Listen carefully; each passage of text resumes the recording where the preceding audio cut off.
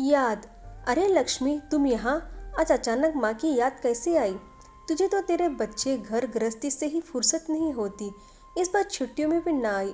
बच्चे कहाँ आए? ममता जी ने कहा। क्या माँ, आप भी ना? बच्चे दादी के साथ ही है।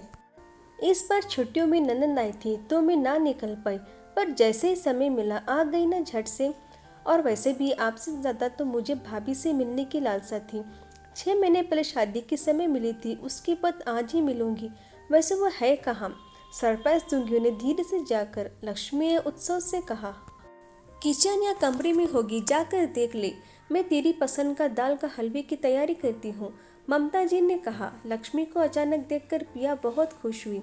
खूब आवभगत की, दोनों सहेलियों की तरह कमरे में बैठकर बातें कर रही थी। भाभी चलो अब तुम तैयार हो जाओ, बातों के चक्कर में देरी ना हो जाए। मैं नीचे माँ के पास बैठती हूँ, तुम जल्दी से तैयार होकर आ जाना, फिर खूब शॉपिंग करेंगे, कहकर लक्ष्मी अपनी माँ के पास आकर बैठ गई। घर तो बहुत सुंदर सजाया है भाभी ने, एक एक चीज सरीके से सजाई है, लक्ष्मी ने अपनी माँ से कहा।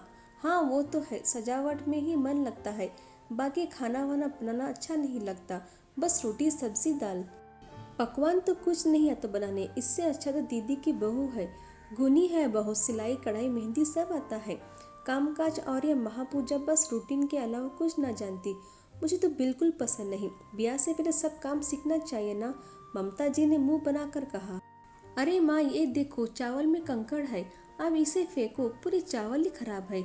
लो मैं फेंक देती हूँ, लक्ष्मी ने चावल को देखकर कहा। अरे पगला गई हो क्या, एक आधा कंकड़ मिलने पर चावल थोड़ी फेंकते हैं। लाओ उसे देख परख कर साफ कर देती हूँ, ममता जी ने कहा।